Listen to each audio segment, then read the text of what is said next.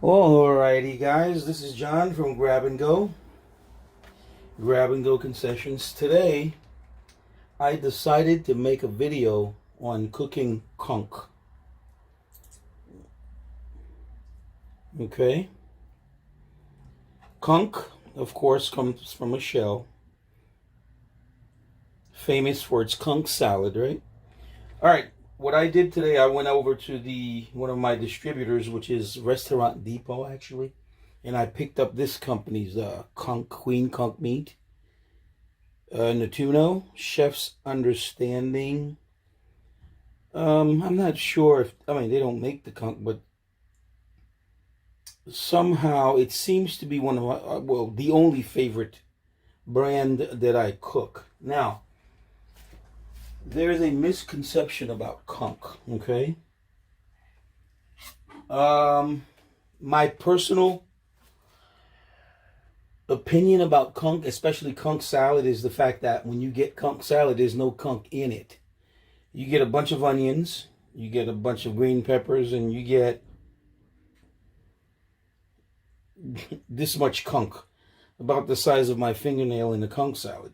So today I decided to go out and I purchased 5 pounds of it. Matter of fact, I tell you what, 5 pounds of it is 5 pounds of it is right now on the market for next to like $60.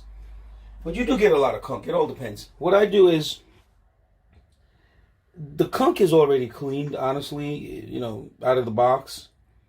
What I do is I cut the conch this way. Okay, and I open it up, kind of, make it, just open it up. And I notice a lot of people, they tenderize the conch using some sort of a tenderizing hammer, or they put it through this machine to tenderize. You don't have to do that with conch. You can actually take this piece, okay, and separate that.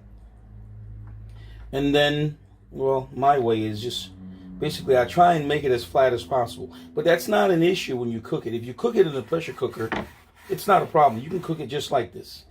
Okay? Just like that. You don't have to tenderize it. You don't have to poke holes in it. Now, like I always say about cooking, it's not about the way I cook. It's about the way you want it to taste. If you've gone to a restaurant and you've tasted conch and you want it to taste the way you've tasted it, there's so many ways you can cook conch and be satisfied. Me personally, I used minced onions, okay, a little bit of sugar, and I use oyster sauce. You don't have to use my oyster sauce. You can use Worcestershire sauce, or you could even use some kind of browning sauce. I use tomato paste, okay, and of course my favorite, Maggi cubes. I use Maggi cubes on just about everything. Yeah, people have their critics, but you know what? It's just half the battle. There it is. You can get it in the chicken flavor. You can get it in beef flavor. That's up to you. So basically, what you do, you take your onions, you put it in your pressure cooker, you stir fry it, you mix the Maggi cubes, your oyster sauce, your minced onions, your sugar, your tomato paste, and you make yourself a nice broth. Hey, if you have broth, you can use broth. That's fine. And then you make sure you stir fry everything together. And from there, you cover up the pressure cooker for about 2 hours. And then this is the product that you get actually after it's cooked. Now you just take a look. It's not hard, it's not stiff. Okay? You can actually bite through this, okay? Look at that. See that? And it's very tasty.